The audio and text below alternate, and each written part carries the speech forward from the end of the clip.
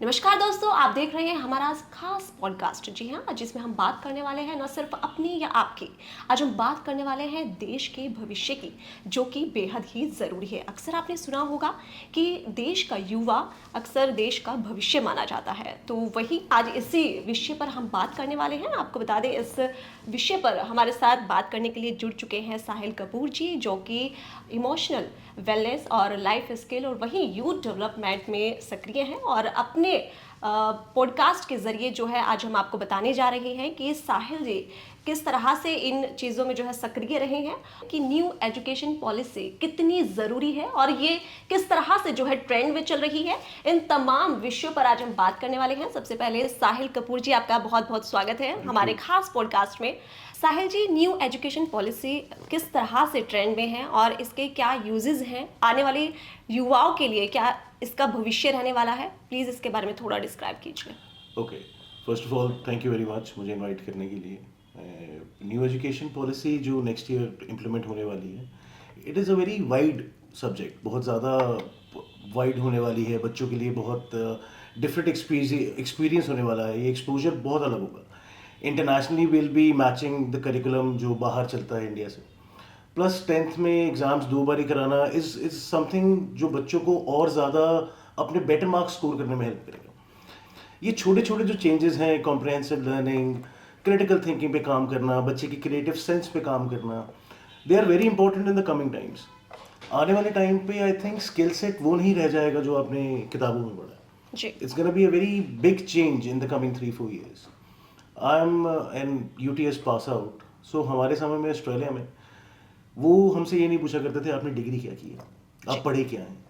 So they used to put a laptop in front of you और आप इसे चलाओ, ओपन इट, डीकोड इट। वो ट्रेंड अब इंडिया में आ चुका है। इट्स नॉट लाइक कि एआई और AIML they are suppose to hit the market. नहीं, दे आर वर्किंग।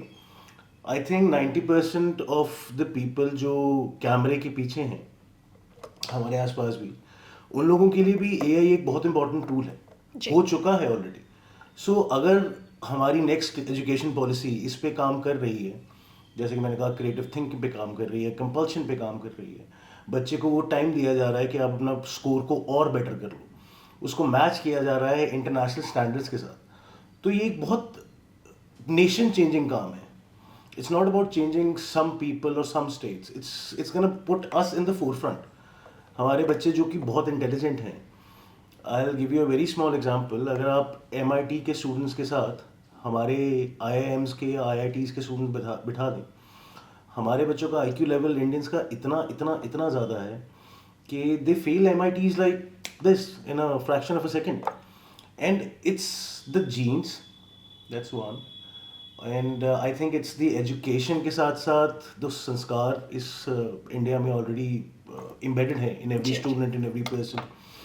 अगर आप उसे उसके साथ इसको कंपेयर करें तो we are already a class apart with this national education policy coming in 2026। बहुत चीज़ें हमारे बच्चों के फ्यूचर को इस तरह शेप करेंगी कि हम उनके साथ नहीं खड़े होंगे, will be a competition to the international market. So जैसे जैसे ये चेंजेस आने वाले टाइम में हमें देखने को मिलेंगे, मुझे नहीं लगता कि हम इस रेस में साथ होंगे या आगे दौड़ जाएंगे। Will be miles apart from everybody. So I think this initiative is not going to change the education system. ये रिफ्लेक्ट करेगा आने वाले टाइम पे इंडस्ट्रीज पे, ये रिफ्लेक्ट करेगा आने वाले टाइम पे हर उस प्रोफेशनल पे जो आज की डेट में सोच रहा है कि what will I do in the coming future. Okay. आपकी सर्टिफिकेशंस की आपको ज़रूरत कम पड़ेगी, बच्चे के पास ऑटोनॉमी बहुत है। लाइक आज as a student Sahil Kapoor is not happy with one institute, one particular professor for that matter, for particular faculty member, he can opt out. आप सोचिए कि यूनिवर्सिटी के पास, एक कॉलेज के पास कितना बड़ा कंपटीशन सामने खड़ा है जी। To match up all other universities in the vicinity.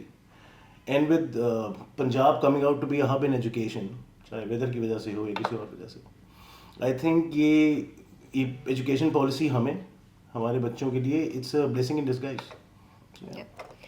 अगर बात की जाए इमोशनली, बच्चे जब भी अपना करियर चूज़ करते हैं तो अक्सर जो है पेरेंट्स की तरफ से ये देखा जाता है कि उनको फोर्स किया जाता है काफ़ी चीज़ों के लिए, कि आपको पर्टिकुलर यही सब्जेक्ट चूज़ करनी है, या फिर स्ट्रीम की बात की जाए तो आपको ये लाइन चूज़ करनी है। लेकिन अगर न्यू एजुकेशन पॉलिसी के अकॉर्डिंग हम देखा जाए तो वो इमोशनली बच्चे पर कितना असर डालती है? आई थिंक आजकल का बच्चा बहुत बहुत स्मार्ट है, Yeah. बहुत इंटेलिजेंट है।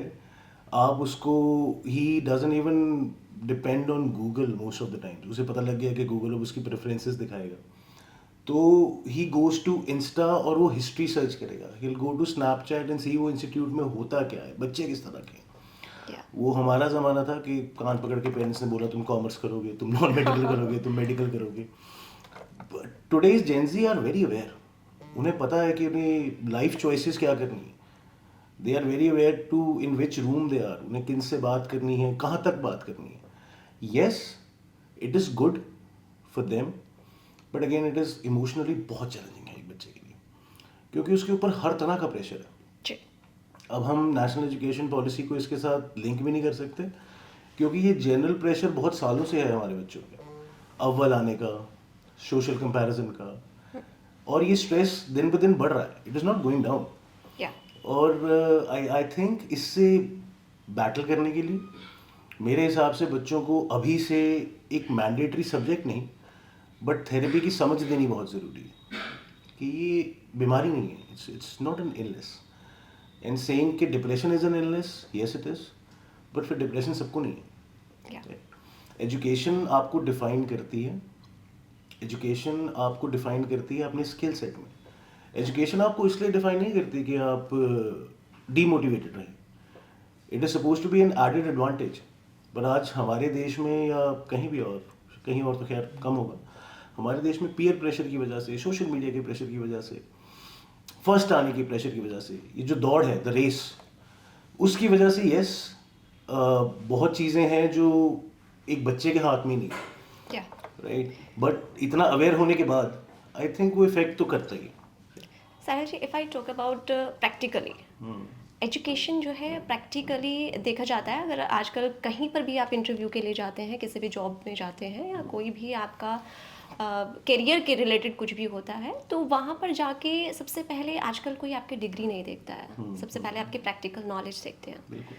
तो उस प्रैक्टिकल नॉलेज के अकॉर्डिंग अगर हम न्यू एजुकेशन पॉलिसी की बात की जाए, तो वो प्रैक्टिकली बच्चा उसमें कितना फिट होता है? इस पॉलिसी के आने के बाद, जैसे कि मैंने बताया आपको कि क्रिएटिव थिंकिंग पे बहुत काम किया गया है, जी। बच्चे के स्किल सेट पे बहुत काम किया गया है। बच्चों को बताया गया है कि अगर कॉमर्स नॉन मेडिकल का फ़र्क ही ख़त्म हो जाएगा तो he is free to do anything. या एक बच्चा इंजीनियरिंग के साथ और कितने फील्ड्स पढ़ सकता है जो उसकी अपनी पसंद के हैं। सो हाँ, बहुत फ़र्क पड़ेगा, things will change a lot and for the good of the students. ऐसा नहीं है कि उसको कोई इसमें he will be more open, उसके पास चॉइसेस ज़्यादा हैं, चूज़ करने के तरीके ज़्यादा हैं, जो शायद हमें हमारे समय में नहीं मिले। अगर हम कॉमर्स करते थे तो हमारी ऑप्शन बी.कॉम पे ख़त्म थी। I can not take sciences with that, मेरे पास वो फ्रीडम नहीं थी। But with this policy coming in, वो भी एक एस्पेक्ट है जुड़ेगा इसके साथ। So yes. साहिल जी, अगर बात की जाए स्किल्स की, तो वो कौन से स्किल्स होंगी तीन जो बच्चों को आनी चाहिए और जिनको सीखना भी काफ़ी ज़रूरी है? आई थिंक हमारे इंडियन यूथ को या किसी भी यूथ के लिए तीन तो बहुत कम होगी। There should be more than 5-6 skills which are very important. तीन bare minimum is very right, और मेरे हिसाब से उनमें से सबसे पहली है कम्युनिकेशन, या बात करें। दूसरी would be critical thinking. Third would be I think digital skills, जो आजकल बहुत मस्ट हैं। जी। एंड फोर्थ और फिफ्थ में आप एंटरप्रेन्योरशिप को रख सकते हैं, which is a skill which is suppose to be developed in every worker also. जब तक वो बड़ा होने का सोचेगा नहीं, तब तक वो बड़ा हो भी नहीं पाएगा। जी। सो आई थिंक हमारे आजकल के बच्चों को इन सब चीज़ों पे इतना काम करना चाहिए, इतना काम करना चाहिए कि जब वो इमोशनल वेलनेस तक पहुँचे ना, तो ये 3-4 सेट उनके पूरे हों। उनकी कम्युनिकेशन अच्छी हो जाए, उनके जी, rituals- communication first role play करती है आफ्टर। बहुत इंपॉर्टेंट है। या कम्युनिकेशन अमंग स्टूडेंट्स उससे भी ज़्यादा इंपॉर्टेंट है, क्योंकि ये आजकल की जेंजी, हमें जब हम छोटे हुआ करते थे, इफ यू रिमेंबर, हमें कान पकड़ के अंदर लेके आना पड़ता था जी। कि घर चलो। आजकल के बच्चे को कान पकड़ के बाहर भेजना पड़ रहा है कि बाहर जाके देखो। दे डोंट हैव दैट मजा of climbing a tree and falling down. Everything is change. Yes, it has changed. मुझे याद है when I was a kid, हम एक घर की छत से दूसरे घर की छत पे, उस वहाँ से तीसरे घर की छत पे भाग भाग के शेखर दोपहर लाइक जी। इन द मिडल ऑफ 12, 12:30 2 बजे. सो वो चीज़ आजकल के बच्चे ने एक्सपीरियंस ही नहीं करी, जी। और आने वाले टाइम में ये और कम हो जाएगी. आपका वर्ल्ड उस फोन में समा गया, सोशल मीडिया में समा गया. जी। You want to have 10,000 followers, लेकिन आपको 10 लोग रूम में नहीं चाहिए. राइट? आपको वो इट्स ट्रू। कम्युनिकेशन का जो गैप है, आप अपने पेरेंट्स से कम्युनिकेट नहीं कर पा रहे, आप अपने फ्रेंड से कम्युनिकेट नहीं कर पा रहे. बच्चे तो बहुत दूर की बात है. I'll give you a very small example. Recently we were counseling a person, and his problem was कि I don't want to go to the office. मुझे वर्क फ्रॉम होम ही करना है. व्हाई? वो रोज सुबह उठता है, वो रोज एक नया बहाना देता है अपने आप को. मेरा आज सिर दर्द है, I don't want to go, मेरी आज तबीयत नहीं ठीक है, मेरे को जाना नहीं चाहता. बट वो ये नहीं बता पा रहा कि क्यों. He started blaming his own body कि मुझ में कोई खामी है इसलिए मैं जाना नहीं चाहता. The actual problem is anxiety. He doesn't want to be in that affair. उसकी फर्स्ट जॉब है, उसको वो सारा प्लेस एलिएनेटेड लग रही है, अच्छी नहीं लग रही है, बट वो एक्सप्रेस नहीं कर पा रहा. अगर यही आज इस बच्चे को आज से 10 साल पहले समझाया जाता कि एंग्जाइटी प्रॉब्लम नहीं है, आप मुझसे बात करो, कम्युनिकेट करो, पेरेंट्स के थ्रू, फ्रेंड्स के थ्रू, किसी भी के थ्रू. अब I tell you small culture हमारे भी है, I am in build with that culture. मेरा अगर दोस्त मुझे आके अपनी प्रॉब्लम बताएगा तो मैं पहले हंसूंगा. Yeah sorry Sahil ji, sorry for interrupt you. Actually ये आजकल के एक बच्चे की बात नहीं है, ये काफ़ी बच्चों की बात हो गई है. ये बहुत ही ज़्यादा सीरियस मुद्दा भी हो गया है, और आजकल जो बच्चे हैं वो काफ़ी जो है बहाने बनाते हैं. कहीं किसी भी फील्ड की बात की जाए, चाहे वो करियर से जुड़ी हुई हो या फिर वो स्कूल जाने से जुड़ी हुई हो, तो मोस्टली जो बच्चे हैं वो ऐसे ही कर रहे हैं जैसा अभी आपने बताया. आपको याद होगा जब हम छोटे हुआ करते थे, जिस बच्चे के साथ हमें खेलना पसंद नहीं है, जी. जब वो गेट पे आके बुलाता था तो हम कहते थे यार मम्मी मना कर रही है. जी. तो वो जो मम्मी मना कर रही है ना, वो धीरे धीरे हस्बैंड या वाइफ हो जाती है कि आज मेरी वाइफ मेरे को मना कर रही है, आज मेरे हस्बैंड मुझे आने नहीं दे रहे. Right? Actual fight is with in. Yeah. असली में आप अपने आप से नहीं लड़ पा रहे, अपने आप को समझा नहीं पा रहे, तो आप ब्लेम किसी और पे शिफ्ट कर रहे हो. There is a way of dealing with it जो आजकल के बच्चों को स्कूल्स में नहीं पढ़ाया जाता है. हमें थेरेपी को नॉर्मलाइज करना पड़ेगा, हमें बताना पड़ेगा लोगों को कि कोई डिजीज नहीं है. Yeah. You are not going through something which is nobody is going through. It's a common, आपने अभी कहा, it's a common problem. Yeah. बच्चों में है, वो स्कूल नहीं जाना चाहते, कॉलेज नहीं जाना चाहते, थोड़े बड़े हो जाते हैं ऑफिस नहीं जाना चाहते. Yeah. कोविड ने दुनिया इतनी कर दी और छोटी कर रहा है. बिल्कुल. Right? They Right. Don't want to get out of the house. उन्हें लग रहा है कि यहीं पे लैपटॉप पे बैठ के मीटिंग करेंगे और यहीं से खत्म हो जाएगा ऑफिस.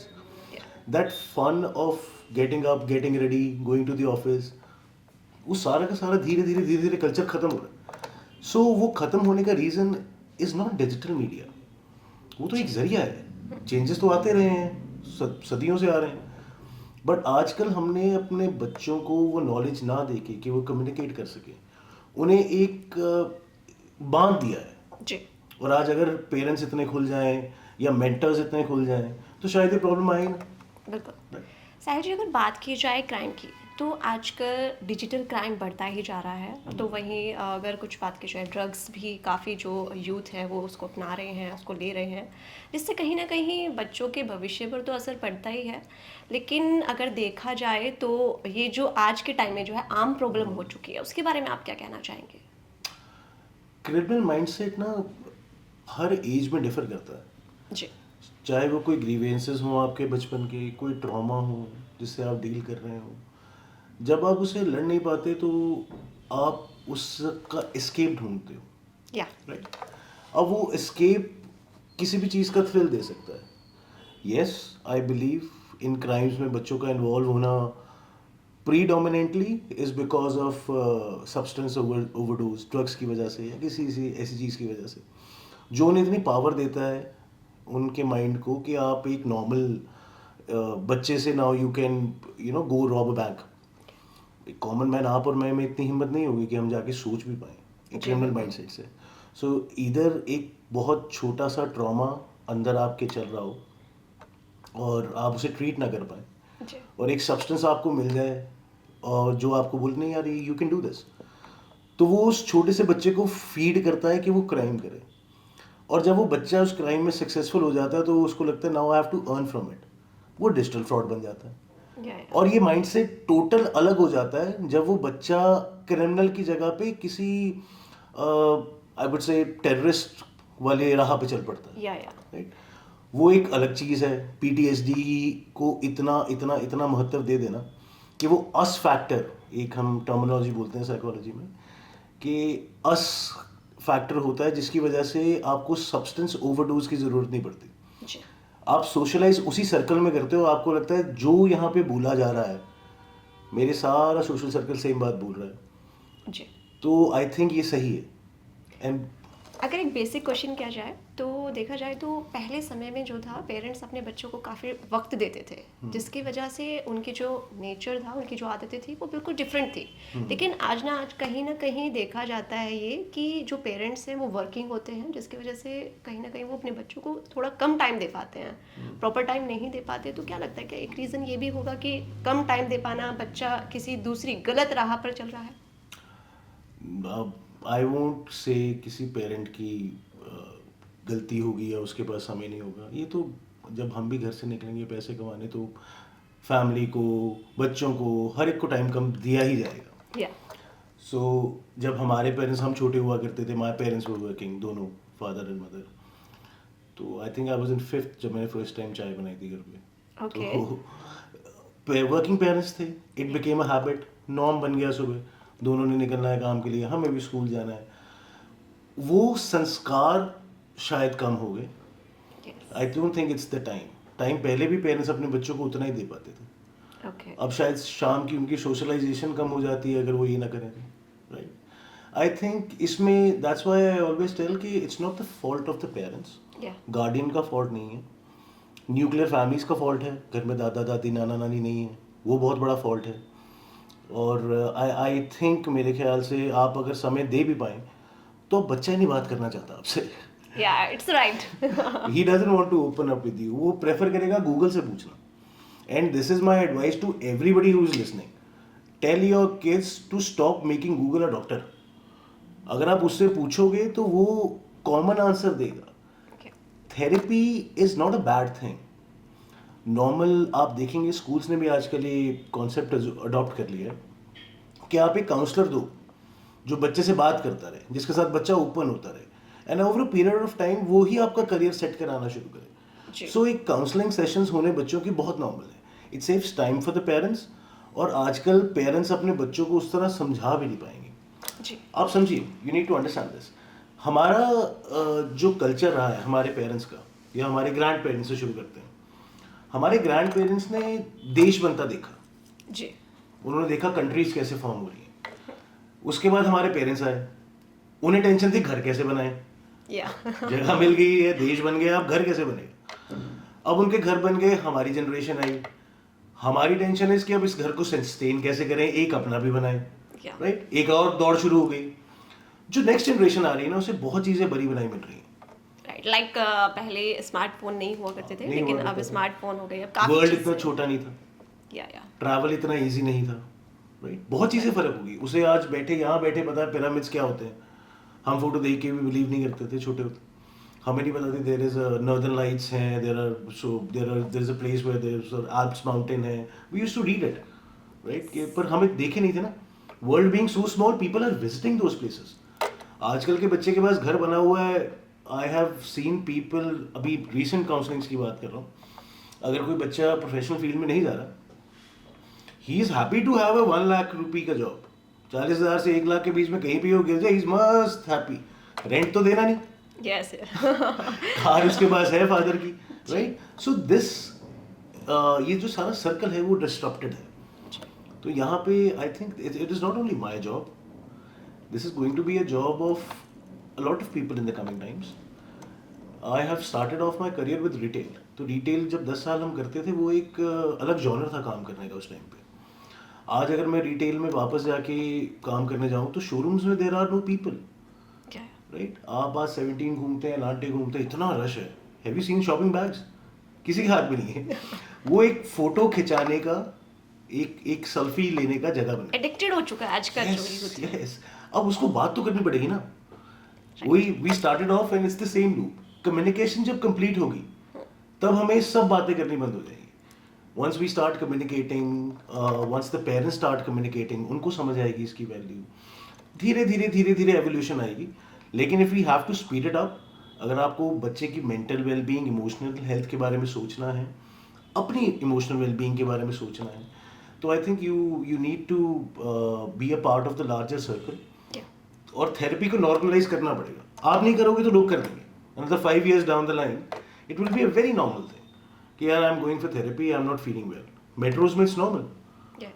क्योंकि you need a person to talk to, right? So yeah, coming times are going to be very different. आज की जनरेशन को लगता है कि सोशल नॉर्म्स जो हैं वो आउटडेटेड है. क्या वाकई में ऐसा है और इसकी क्या ज़रूरत है? I think social grounding, community building, ये only words नहीं है. ये तरीका है how to live, how to survive in any society, right. So ये बहुत इम्पोर्टेंट हमें दूर से लगता है बच्चों को आजकल के, this is not an important thing, but as they grow up, अब हम दूर क्यों जाएं, हम अपना एग्जांपल ले लेते हैं. हम छोटे हुआ करते थे, हम बात थोड़ी सुनते थे. इफ़ योर डैड और मॉम आपको कोई बात बोलते थे, हमारा फर्स्ट वाज ना. वो अलग बात है, हम छोटे थे, हम थप्पड़ से डरते थे तो दिल में बोलते थे. आजकल का बच्चा मुंह पे बोल देता है. दैट वो एक छोटा सा आर्ट फॉर्म, घर पे कोई गेस्ट आया है और आपको नीचे बुला के परफॉर्म करने को बोला जाता था. Yeah. हमें लगता है कि वो हमारे पेरेंट्स इसलिए करते थे कि देवर आजकल के बच्चे बोलेंगे कि ये तो हमारी, we don't want to do it. Actual में वो हमारा कॉन्फिडेंस बूस्ट करने के लिए, राइट. कि अगर आप इन 4 बंदों के सामने, ऑडियंस जो अपनी अपनी उनके सामने परफॉर्म कर सकते हैं, तो you can perform in front of a stage too. I was a public speaking person in my college days, school days. मुझे नहीं याद कि फर्स्ट स्टैंडर्ड से लेके ग्रेजुएशन फाइनल ईयर तक कभी भी I am not on stage. One thing or the other, I was always there. I was good at sports. वो सब इसीलिए हो पाया कि मेरे पेरेंट्स ने मेरे को वो समझाया कि कम्युनिटी बिल्डिंग और ये सोशलाइजिंग कितना इम्पोर्टेंट है. आज we were talking, I was discussing with a friend the other day, and he was like कि यार मैं अपने बेटे को बोलता हूँ कि नीचे आए हैं, एंड ही सेज मुझे चाचा पसंद नहीं है. And he looked at, I looked at him, he was like यार हम क्यों नहीं बोल पाते थे. मैं कहा हमें थप्पड़ से कम डर लगता था, हमें उस बात से ज़्यादा डर लगता था कि उनको बुरा लगेगा. Come to think of it, I think हमारी फैमिलीज में बहुत लोग, I might be wrong here percentage wise, but हमारी फैमिलीज में बहुत सारे लोग हैं जो जैसे कहते हैं लास्ट चम्मच, द लास्ट स्पून, हमेशा सब्जी का बचा रह जाता है. वो इसलिए रह जाता था क्योंकि हम एक दूसरे को बोलते थे कि you take the last spoon, आखिरी बाइट आप ले लो, नहीं पड़ा थोड़ा सा तुम खा लो. वो कल्चर नहीं है, राइट. और आप इमेजिन करेंगे, this is I am quoting data, 25% influx है पिछले 5 साल में डिप्रेशन के रिपोर्टेड केसेस में, एंग्जाइटी के रिपोर्टेड केसेस में. पिछले 5 साल में वो 25% तक बढ़े हैं, 25%, और ये रिपोर्टेड केसेस हैं. 67% ऐसे केसेस हैं जो रिपोर्ट ही नहीं होते, and this is also data. इन सब में सोशलाइजेशन का, कम्युनिटी बिल्डिंग का, लोगों का बहुत बड़ा हाथ है. अगर आज का बच्चा या आज का पेरेंट ये समझे the importance of being in a social structure, ये पुराने दकियानूसी बातों को अगर वो समझ पाए और उस पर अमल कर पाए, राइट, सो ये 25% का 5-10 पे ख़त्म हो जाएगा. नहीं तो it's very grand for the coming generations. बहुत डिफिकल्ट है, अगर हम आज ही नहीं बचा पा रहे आगे तो हम we won't be able to contain it. And this is again the reported cases. 60 या 70% लोगों को तो यही नहीं पता कि ये एंग्जाइटी है या डर है. Anxiety is a disease, right, but fearfulness is not a disease. जब आप उस डर को बढ़ने देते हो, सोसाइटी के साथ या अपने पेरेंट्स के साथ शेयर नहीं करते हो, तब वो डर इतना बढ़ जाता है कि वो एंग्जाइटी की शेप ले लेता है. I give you an example. एक पानी का बोल लें आप, एक भरा हुआ balloon, you put it inside. जब तक आपका प्रेशर रहेगा उसके ऊपर, तब तक वो बलून अंदर रहेगा पानी के. और यही आजकल का यूथ या आजकल का बच्चा अपने साथ करता है, अपने डर को, अपने फियर को दबा देता है उस पानी के अंदर. क्या होगा जब आपका प्रेशर कम होगा, काम का प्रेशर बढ़ेगा, वो पुरानी प्रॉब्लम सरफेस हो जाएगी, वो गुब्बारा, द बलून कम्स अप. मैंने काफ़ी देखा है कि जैसे आजकल बच्चा क्या है, एजुकेशन के साथ साथ वैसे भी बहुत ज़्यादा प्रेशराइज रहता है। लाइक जो पेरेंट्स हैं वो क्या करते हैं, पहले स्कूल से बच्चा आएगा, उसके बाद ट्यूशन जाएगा, उसके बाद में उसकी एक्स्ट्रा क्लासेस लगा देंगे, डांस क्लासेस लगा देंगे। चलो ये अलग एक्टिविटी है, बट उसके बाद भी जो है, जो पेरेंट्स की काफ़ी उम्मीदें हैं अपने बच्चों से। लेकिन वहीं अगर हमारे टाइम की बात की जाए तो हमारे टाइम पे अगर कोई एक्स्ट्रा एक्टिविटी स्कूल में की जाती थी और पार्टिसिपेट के लिए बोला जाता था उनको, तो पेरेंट्स बोलते थे कि क्या ज़रूरत है इनकी, पढ़ाई के लिए भेजते हैं, पढ़ाई कराओ, इनकी क्या ज़रूरत है। उसका रीजन है आपके क्वेश्चन में ही आपका आंसर था। अगर वो सोशल नेटवर्क को समझते, उस वाले social, not the media, social media network, उस टाइम की सोशल बुनियाद को समझते, तो हम घर आके घर कहाँ बैठते थे, हम बाहर लोगों के साथ खेलने जाते थे, हमारे फ्रेंड्स थे, हमारे कजन्स थे, एज आई सेड हम पेड़ पे चढ़ते थे, हम घर की दीवारें कूद के टापते थे, हम क्रिकेट खेलते थे। अब क्रिकेट खेलने के लिए you have to go to an academy. हमें क्रिकेट खेलने के लिए एक पीछे दीवार चाहिए थी जिसपे हम 3 लाइनें बना सकें। It was so easy. हमें किट नहीं चाहिए थी, हमारी कॉलोनी में एक बैट था, उन 40-50 घरों में एक बैट था, और जिसका बैट था उसकी बैटिंग थी। अच्छा, आजकल क्या होता है कि पुराने टाइम की बात की जाए तो तब फिजिकली गेम्स ज़्यादा होते थे, लेकिन आजकल मेंटली गेम्स लाइक चेस और कैरम बोर्ड घर में बच्चे ये ज़्यादा खेलते हैं, तो कहीं ना कहीं आई थिंक उसका फिजिकल हेल्थ पे भी असर पड़ता है।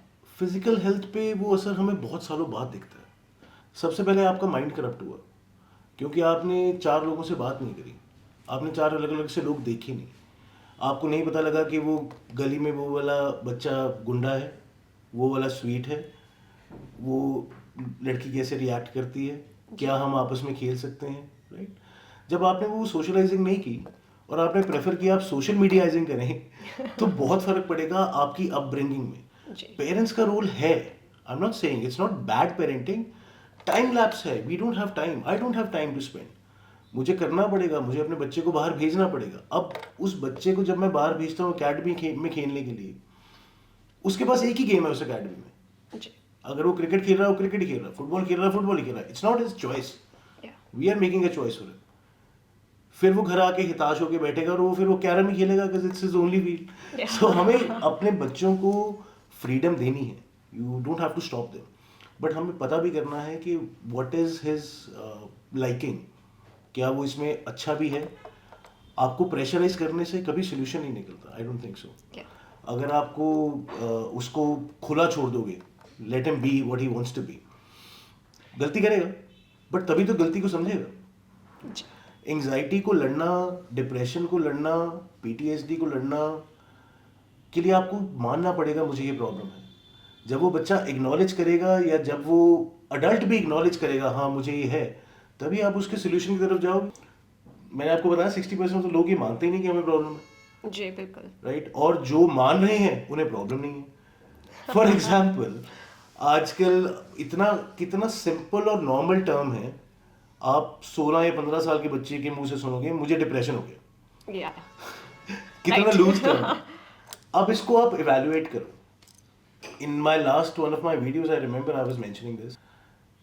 डिप्रेशन का मतलब है, आप इमेजिन करो कि आप सैड हो, बहुत सैड हो, और आप 24 घंटे उतने ही सैड हो, और आप इस 24 घंटे को मल्टीप्लाई कर दो आप कुछ दिनों से, कि आप 4 दिन लगातार उतने ही सैड हो, आप एक पूरा महीना ही उतने ही सैड हो, आप 3 महीने उतने ही सैड हो, ये डिप्रेशन है। ये बोल देना मुझे depression is not depression. Anxiety is not this. Anxiety एक बबल है जो आपको 24 घंटे फियर को आपकी दबाने की कोशिश करती है, पर वो दबती नहीं है। सो एंग्जाइटी उससे बनती है, जब तक वो डिजीज बनती है, वो डर, वो सफर जो है, अगर आप उस पर रोक दो बच्चे को या किसी भी यूथ को, किसी भी कॉलेज जाती स्टूडेंट को, किसी भी काम पे जाते लड़के को, अगर उसे रोक दिया जाए, उसे बता दिया जाए, उससे ना पूछा जाए कि आपको क्या अच्छा लगता है क्या नहीं अच्छा लगता है, राइट, वो एंग्जाइटी खत्म हो जाएगी, वो डर खत्म हो जाएगा। डर खत्म होगा कभी एंग्शियस नहीं होगा बच्चा। So as I said it's a full circle. हमें उसको या तो शुरू में रोकना है, अगर आप रोक नहीं सकते और आप उस स्टेज पे पहुंच गए हो जब आपको असली में डिप्रेशन या एंग्जाइटी हो चुकी है, so you will have to admit it. पहले आप उसे मानो कि yes I have a problem, then fight with it. नहीं तो अभी तो हम हथियार लेके जा रहे हैं, लड़ किससे रहे हैं हमें पता ही नहीं। राइट। क्या आज के नॉर्म्स को यूथ को ब्लाइंडली फॉलो करना चाहिए या नहीं? साथ ही मैं आपसे एक क्वेश्चन ये भी पूछना चाहूँगी कि आजकल जो देखा जाता है, मोस्टली जो यूथ के अंदर देखा जाता है, वो ये देखा जाता है कि कुछ उनकी जो प्राइवेट थिंक होती हैं वो अपने पेरेंट्स से बात करने में हिचकिचाते हैं, और उसी के कारण जो है वो काफ़ी टाइम जो है अपना सोशल मीडिया पर स्पेंड करते हैं, और सोशल मीडिया पर भी कुछ ऐसी चीज़ें आती हैं जो उनको सही दिशा की बजाय गलत दिशा में ले जाती है। तो उस पर क्या कहना चाहेंगे आप? आई थिंक आज के यूथ को आप पुश नहीं कर सकते to follow something blindly, right? But having said that, आपको उसको इनकॉर्पोरेट करना पड़ेगा, उसको समझाना पड़ेगा कि कितना इंपॉर्टेंट है ये चीज़, कि उसको ब्लाइंडली फॉलो करके you are spoiling your own mental health, your own family structure, आने वाला समय खुद ख़राब कर रहे हो। अगर आप मुझसे पूछें कि फैमिली कितना बड़ा सपोर्ट है किसी भी स्टूडेंट के लिए, किसी भी यूथ के लिए, या for that matter people of my age, आज from day one my family has never asked my questions, my decisions. My parents have always supported me. I have a very loving wife who understands what I'm saying. It's nice to come back home, आप घर वापस आए और आपको there is unconditional love and support, right? I was going through a very bad phase in the past, I think 2-3 years back, and then you see your parents telling कोई बात नहीं, सब ठीक हो जाएगा, and you have an emotional partner, your wife standing next to saying कि don't worry, I'm here with you. ये चीज़ों को कहना it seems very normal, but जब आप उस सिचुएशन में होते हैं और ये वर्ड्स आपके फील करते हैं सिचुएशन को, आप फील कर पाते हो। अगर वो बच्चा आज नहीं अपने पेरेंट्स से बात कर पा रहा, जब वो इस सिचुएशन में आएगा ना, वो तब भी नहीं कर पाएगा। आप इमेजिन करो, मेरे जैसी जनरेशन के लिए मैं अपने फादर को आई लव यू नहीं कह सकता। It's very difficult task. अगर I wish my mother happy mother's day, उनका अगला क्वेश्चन होगा क्या हो गया। She won't be happy, right? उनको होगा कुछ हुआ है तभी ये एक्सप्रेसिव हो रहा है। अब अगर मेरी जनरेशन में ये प्रॉब्लम है, आगे वाले में इससे ज़्यादा है। वो हैप्पी मदर्स डे सिर्फ सोशल मीडिया के लिए बोल रहे हैं। Show off. Show off, that's the right word. वो इसलिए नहीं बोल रहा because they are feeling it, नहीं, उसको ये है कि मेरे ये लिखने के बाद मेरे फॉलोअर्स कितने बढ़े। What is my social image? Keeping a pet is a social image. Keeping loving your parents is a social image. अगर ये शुरू से उसे बताया जाए कि अभी इस समय पे you know if you are going through a problem, आप मुझसे आके बात करो, वो 90% प्लस अपनी प्रॉब्लम सॉल्व कर सकता है वहाँ पर, राइट? आपके पेरेंट्स का, आपके मेंटर्स का बहुत ज़्यादा बड़ा रोल है। अब जो आपने कैट फिशिंग की बात की कि बच्चे कई सोशल मीडिया पे जाते हैं, कुछ सर्च कर लेते हैं। आई told you earlier also in this chat, अभी पॉडकास्ट में, कि डॉक्टर गूगल को रेफर करना बंद करना पड़ेगा। वो आपको गाइड नहीं करता, वो आपको मिसगाइड नहीं करना, बट वो आपको सही गाइड नहीं कर सकता, ह्यूमन टच नहीं दे सकता, राइट? आई रिमेंबर हमारा जो बच्चा बिगड़ता है द इनिशियल स्टेजेस में, उसका एक प्रोसीजर है, एक प्रोसेस है। Let's talk about a male child. अब वो मेल चाइल्ड जब अपने टीन में पहुंचता है, वो एक रोल मॉडल ढूंढ रहा है। He is looking for a person to look up to, कि मुझे ऐसा बनना है। अब अगर उस टाइम पीरियड पे उसका फादर घर पे अवेलेबल नहीं है, और आजकल की न्यूक्लियर फैमिली में तो बच्चा भी एक है, उसका कोई बड़ा भाई भी नहीं है, अब वो किसको लुक अप करे कि मैं ऐसा बनना चाहता हूं। अब अगर आपके पेरेंट्स का, हमारे पेरेंट्स का उस पर ध्यान नहीं होगा, तो वो लुकअप करेगा बाहर खेलते किसी बच्चे को जो उस क्रिकेट टीम या फुटबॉल टीम का हीरो है, टॉप स्कोरर है। वो बोलेगा मैं ऐसा बनना चाहता हूँ, मैं सोनू भैया, मोनू भैया, विक्की भैया बनना चाहता हूँ, राइट? अब हमें नहीं पता वो कैसे है। वो क्रिकेट अच्छा खेलता है, पर क्या वो इंसान अच्छा है? क्या वो गाइड ठीक कर रहा है? क्या वो सही सलाह दे रहा है? वो बड़ा लड़का आपके इस कॉन्सेप्ट को इस बच्चे वाले कॉन्सेप्ट से कंपेयर करो। अब वहां पे उस बच्चे के पास सोनू मोनू भैया नहीं है, उस बच्चे के पास गूगल है। वो जाके वहां पर सर्च करता है, and your AI has been transcript to make you believe कि आप जो बोल रहे हो वो ठीक है। अगर उसने पूछा कि हाँ वो ड्रग्स कर रहा है, is it right, it won't give you a negative answer, it is suppose to make you assertive. वो आपको ये आंसर करेगा अगर वो कर रहा है तो ठीक ही होगा। वो ये कह सकता है वो कर रहा है तो 90% जगहों पे गलत है, बट हाँ 10% में मजा भी आता है। तो बच्चा विल मूव टुवर्ड्स दैट। आपने वो जो वॉइड क्रिएट कर दिया ना बच्चे के लिए, कि वो अपने पेरेंट्स के पास आ नहीं पाया या फादर ने उस टाइम पे टाइम नहीं दिया, I am talking about male child, वो वॉइड उसके लिए सारी उम्र का ट्रॉमा है. ही विल ऑलवेज रिमेंबर, अगर वो उसकी मेमोरी भी लॉस हो जाएगी तो बैक ऑफ हिज हेड बहुत किसी किसी एक कोने में एक बॉक्स बन जाएगा कि 14 to 16 ईयर्स के 2 साल में जब when I was growing I had questions in my head, मेरे दिमाग में बहुत सवाल थे मैं पूछ सकूं किसी से, मैं पूछ ही नहीं पाया बिकॉज कोई था ही नहीं. और जिससे मैंने पूछा सोशल मीडिया से, I think 20-25% of the profiles on social media are fake. Yes, right, ये बहुत नॉर्मल है. एक एक लोग बंदा 3-3 4-4 प्रोफाइल्स बना रहा है, वो क्यों बना रहा है? फेक अकाउंट्स बहुत ज्यादा हैं आजकल. उसका बनाने का बेसिक रीजन क्या है? The basic reason of making is कि वो बनना चाहता है, राइट? या वो उसकी प्राइवेसी ब्रीच करना चाहता है. अब आप उस बच्चे को आपने खुला छोड़ दिया उस माहौल में, ग्रोइंग किड, वो कुछ भी उठा सकता है. एज आई सेड, वो सोनू मोनू भैया उसे नहीं मिलेंगे तो वो कोई भी भैया बन सकता है. जी. तो हमें आई थिंक इस चीज को कर्व करना पड़ेगा, हमें वो मेंटल ब्लॉक हटाना पड़ेगा, made through therapy, maybe therapy to this parents, वो भी एक बहुत इंपॉर्टेंट पार्ट है. जी. Right, as I told you, अगर मैं आज अपनी फैमिली के साथ वो सपोर्ट देख पाता हूँ तो तभी हम ये स्टेप ले पाते हैं. Right. अगर शायद my family won't have pushed me, कभी ये ना बोला होता कि आज तुम गलत हो, तुम ठीक कर रहे हो, तुम ये कर रहे हो, my wife would have told me okay now you are wrong, you are not doing the right thing. एक प्रेशर में बंदा वैसे घर के जा रहा है और ऊपर से घर के अंदर से भी आप सेम बातें सुन रहे हो, लाइक फिर तो घर ही नहीं जाना. घर ही नहीं जाना. Right. So this is how alcoholism started. Yes. Right, so everything, मैं ये नहीं कह रहा family is it's the core, या. राइट, इट्स वेयर, वो शुरुआत है, वही अंत है, वही आपका सोशल नॉर्म्स हैं, वही आपकी कल्चरल वैल्यूज हैं. आप उनको स्टिक करोगे, उनसे बाहर नहीं जाओगे, it will be beneficial for you. Yeah. I am not saying वो आपका आखिरी सच है, बट हाँ, it is beneficial for you as a kid, as a youth, as a professional. यानी कि अगर कहा जाए, जैसे बोला जाता है कि कहीं ना कहीं भगवान के बाद जो है दूसरे भगवान पेरेंट्स के रूप में देखे जाते हैं, प्रारंभ और अंत. यानी इनको जोड़ दिया जाए तो शुरुआत भी फैमिली से होती है और अंत भी फैमिली ही होती है. ऑब्वियसली पेरेंट्स ही हैं आपका. इसका भी मैं एक डिफाइंड वर्जन आपको बता सकता हूँ. I have been a student, international student. So मुझे फर्स्ट टाइम पेरेंट्स की कमी क्या होती है वहाँ जाकर पता चला. ओके. ऑस्ट्रेलिया में when I went to study, it's like being born again. आप दोबारा you have taken birth and this time without your parents. आपको कोई नहीं जानता, there is no support.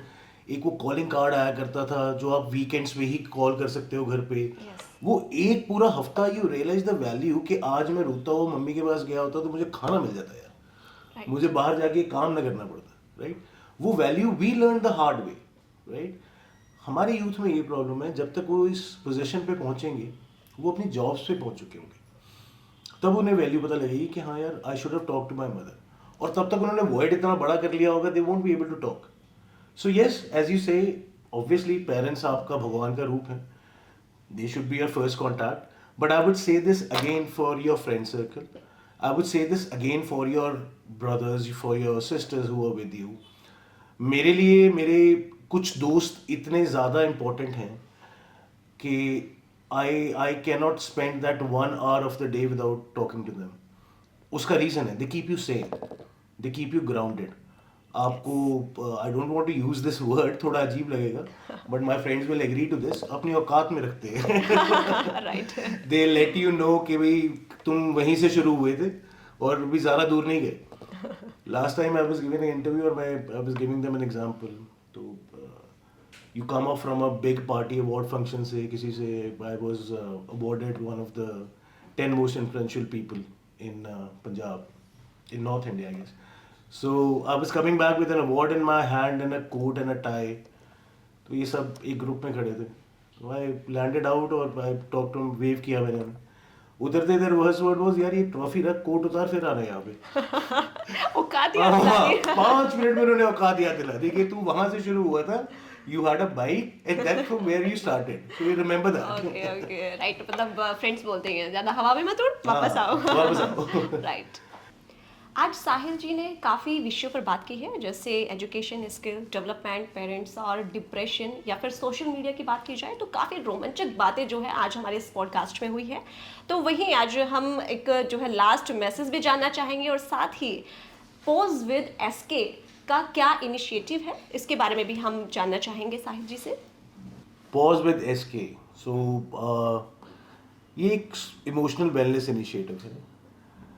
I been in counselling for the past so many years. Okay. Covid में थोड़ा it took a shape किसी और तरह के, it was not a business, basically एक हेल्प की तरह शुरू हुआ था ओके। कि how to talk to people, कैसे उन्हें समझाया जाए कि दिस इज़, ये एक फ्लॉ है। इन द कमिंग टाइम्स हमने बहुत ज़्यादा स्टडी किया। I did my certifications to understand more about how the brain works, कैसे इमोशंस मेंटल हेल्थ को एकदम they change the entire perspective of life. ये pause with SK, it came up with, I remember we were I had a very important meeting, and in the middle of the presentation I could sense it that my bosses are not happy. और I still remember I was sitting और मैं सोच रहा था, मैं कि यार ये this presentation तो खराब होगी, I'm gonna lose my job for sure. So I told them कि मुझे I need a break. I took a break. I came out of the meeting room. I came out of the building. I stood outside that building and I took a pause. Just stopped myself. मैंने उस सड़क को from one end to the other end देखा, right? And there were a lot of people.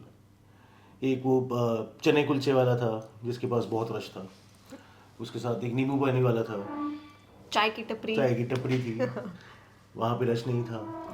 There was an old man, एक बहुत बूढ़े से uncle towards the end of the road थे, I very vividly remember, who was unable to walk and not properly walk, और एक तेज करके a young lad passed by him. तो दो छोटी छोटी चीज़ें, एक I still remember there was a dog, बाकी कुत्ता भौंक रहा था एक गाय के ऊपर, राइट? नॉर्मल नोएडा का सेटअप था, जैसे नोएडा के बड़े बड़े वो शोरूम्स के बिल्डिंग्स के आसपास ये पाया जाता है, industrial areas. So I took a pause and I was thinking कि यार मैं अभी ये बिल्डिंग एयर कंडीशन कैबिन से निकला हूँ, लिफ्ट लेके नीचे आया हूँ, एंड आई केम आउटसाइड ये सोचता, पूरा रास्ता में ये सोचता हूँ कि यार मैं क्या कर रहा हूँ, I am gonna lose my job. And today I am standing at this road.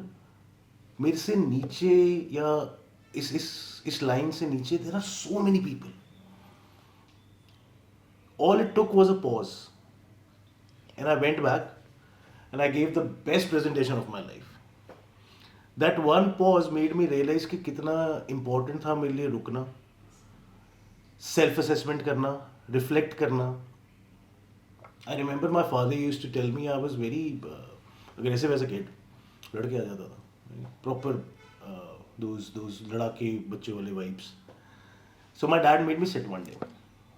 और मुझे बोला कि अगर आपको किसी ने चमाट मारी है ना, साथ के साथ रिवर्ट नहीं करना, ठहराओ, सब्र.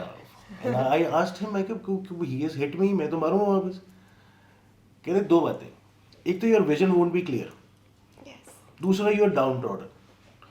होगा क्या कि जब when you will go to hit him, वो लगेगा नहीं, एक और मिस हो जाएगी, and that will again put you at a negative space कि मेरे से होगा ही नहीं. You pause, सोचो, re-strategize करो, and then you hit him again, right? मैंने मारा तो नहीं, but I put that in my professional space. और आज I think 9 years in education, 9-10 years, and I've been working in retail, so total my career is of a span 20-21 years. और इतने सारे सालों में I have put this into perspective. Every time I am confused, I don't know what to do, I tell it to my family, my friends, and they have been adopting this. I tell them, when in confusion, don't take a decision. You pause, बैठो, सोचो क्या गलत कर रहे हैं. Even in my team briefings, I used to tell them, गलती होगी ना, drop it. अभी इस पे discussion का there is no point. And this has helped me in a lot of ways.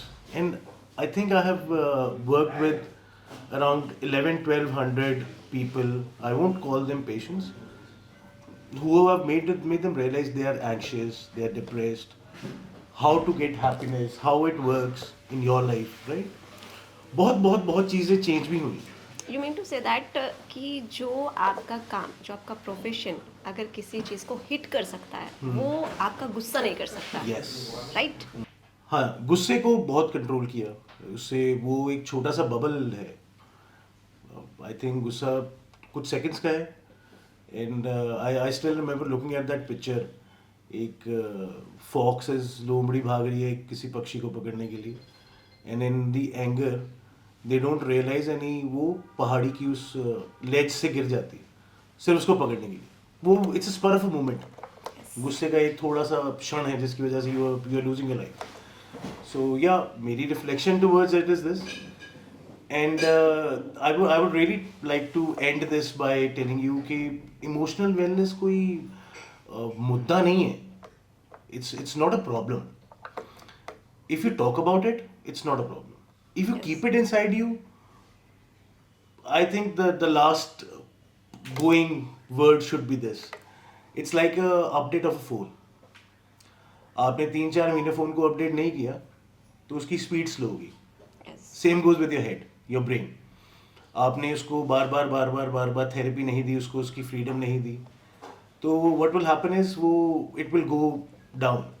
And one update on your phone, आप देखोगे सारी एप्स प्रॉपरली चल रही हैं। Yes, you right. इवन आजकल देखा भी जाता है कि पूरा वीक जो यूथ है वो जॉब करता है, एंड वीकेंड पे जो यूथ है वो एक्स्ट्रा एक्टिविटी में भाग लेता है, यानी कि वो कुछ ना कुछ या तो गेम्स रिलेटेड या क्लबिंग या कुछ ना कुछ ऐसा करता रहता है। आई थिंक वो शायद माइंड के लिए ही करते हैं, माइंड फ्रेश रहे जिससे। अगर वो माइंड फ्रेश जो वीकेंड पे कर रहा है, 6 मंथ्स में एक थेरेपी सेशन ले लिया करे, 6 मंथ्स में एक फ्रेंड्स के साथ आउटिंग किया करे, to satisfy himself, not to satisfy the world, not to be happy in front of the world, not for social media, Yeah. for himself. वही उसका अपडेट है, वही उसके फोन का अपडेट है। So I think that would be the last message. Update your phone. Yeah. Update your brain. Thank you so much Sahil ji, आपका हमारे podcast में आने के लिए और हमारे दोस्तों को काफ़ी रोमांचक जानकारी देने के लिए। साथ ही दोस्तों, अब फिलहाल जो है हम आपसे इजाज़त चाहेंगे और अगली बार जो है हम आपको नए पॉडकास्ट और नए टॉपिक के साथ मिलेंगे। फिलहाल हमें दीजिए इजाज़त। आपका बहुत बहुत धन्यवाद।